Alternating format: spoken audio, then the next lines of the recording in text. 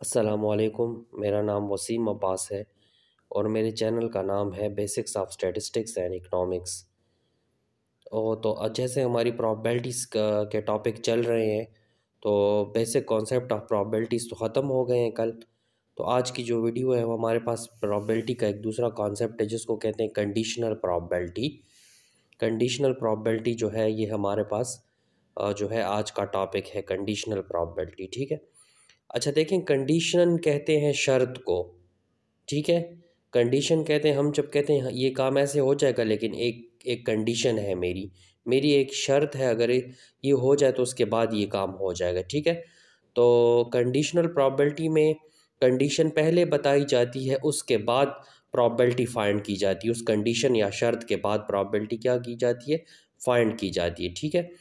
अच्छा देखिए, इसकी डिफिनीशन हम पढ़ते हैं। The sample space of an experiment must often be changed when some additional information related to the outcome is given। अच्छा कहते हैं, जब आउटकम के मुतल्लिक हमें कोई इन्फॉर्मेशन दी जाती है। ठीक है। कोई एडिशनल इन्फॉर्मेशन हमें आउटकम के मुतल्लिक दी जाती है जो हमने फाइंड करना होता है। उस आउटकम के मुतल्लिक, उस इवेंट के मुतल्लिक हमें कोई इन्फॉर्मेशन जब दी जाती है, एडिशनल इन्फॉर्मेशन, तो उसकी वजह से सैम्पल स्पेस क्या हो जाती है, रिड्यूस्ड हो जाती है, कम हो जाती है। उस एडिशनल इन्फॉर्मेशन की वजह से हमारी सैम्पल स्पेस जो है वो ओरिजिनल फॉर्म से रिड्यूस छोटी हो जाती है। ठीक है।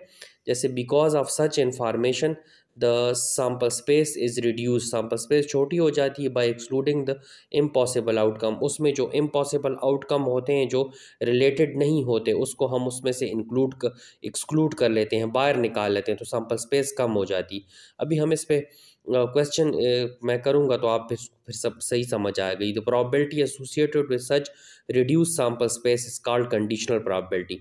जो ओरिजिनल सैम्पल स्पेस होती है किसी भी एक्सपेरिमेंट की, जब एडिशनल इन्फॉर्मेशन या एक्स्ट्रा इन्फॉर्मेशन हमें उस इवेंट के बारे में दी जाती है, तो उस एक्स्ट्रा इन्फॉर्मेशन की वजह से हमारी सैम्पल स्पेस छोटी हो जाती है, रिड्यूस फॉर्म में चली जाती है। उस छोटी सैम्पल स्पेस या रिड्यूस सैम्पल स्पेस से जब भी हम कोई प्रोबेबिलिटी मालूम करते हैं, उसको हम क्या कहते हैं, कंडीशनल प्रोबेबिलिटी, क्योंकि वो कंडीशन के बाद फाइंड होती है या एडिशनल इन्फॉर्मेशन के बाद फाइंड होती है।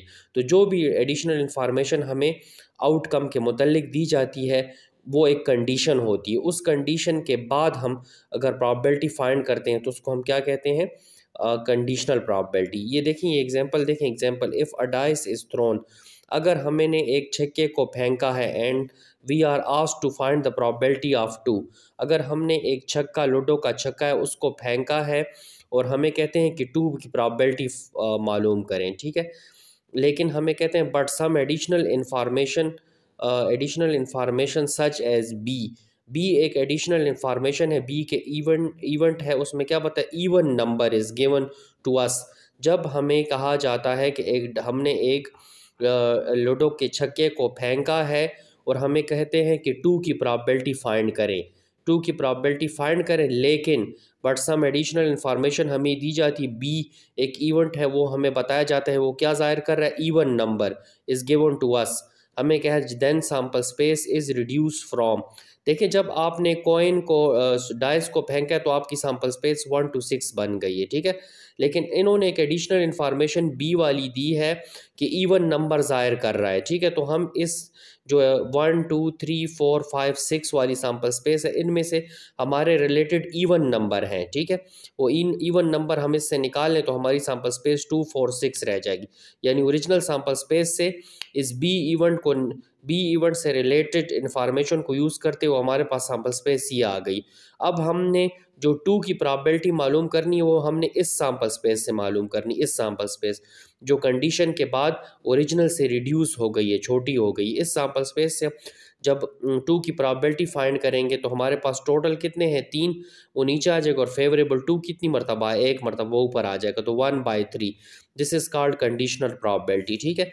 ये 1/3 जो है ये कंडीशनल प्रोबेबिलिटी है, क्योंकि ये इस रिड्यूस सैंपल स्पेस, जो कंडीशन लगाने के बाद जो सैंपल स्पेस कम हो गई है, उस कम सैंपल स्पेस से जब हमने फाइंड किया तो उसको हम कहते हैं कंडीशनल प्रोबेबिलिटी। तो ये 1/3 जो है ये 2 की प्रोबेबिलिटी है और ये कंडीशनल प्रोबेबिलिटी है, क्योंकि ये ओरिजिनल सैंपल स्पेस नहीं बल्कि रिड्यूस सैंपल स्पेस से फाइंड हुई है।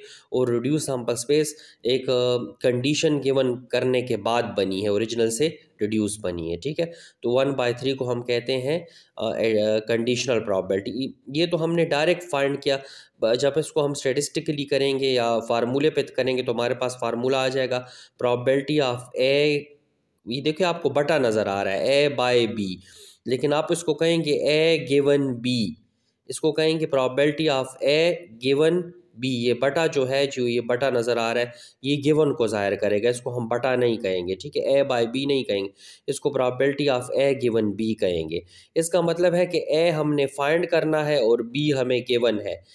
ठीक है, ए हमने फाइंड करना है, जैसे इस एग्जांपल में ए हमारे पास 2 था, 2 हमने फाइंड करना है और गिवन के बाद बी है, बी हमारे पास क्या था, इवन नंबर था। ठीक है, तो बी वो कंडीशन होती है जो नीचे वाली, गिवन के बाद जो नीचे कंडीशन होती है, ये वो एक्स्ट्रा कंडीशन है जो हमें दी जाती है, और ऊपर वाला ए वो होता है जो हम फाइंड करते हैं। तो सबसे पहले हम ए और बी का इंटरसेक्शन मालूम कर लेंगे और उसकी प्रोबेबिलिटी लिख लेंगे, डिवाइडेड बाय नीचे यहाँ पर जो गिवन कंडीशन है उसको हम नीचे लिख लेंगे, प्रोबेबिलिटी ऑफ बी।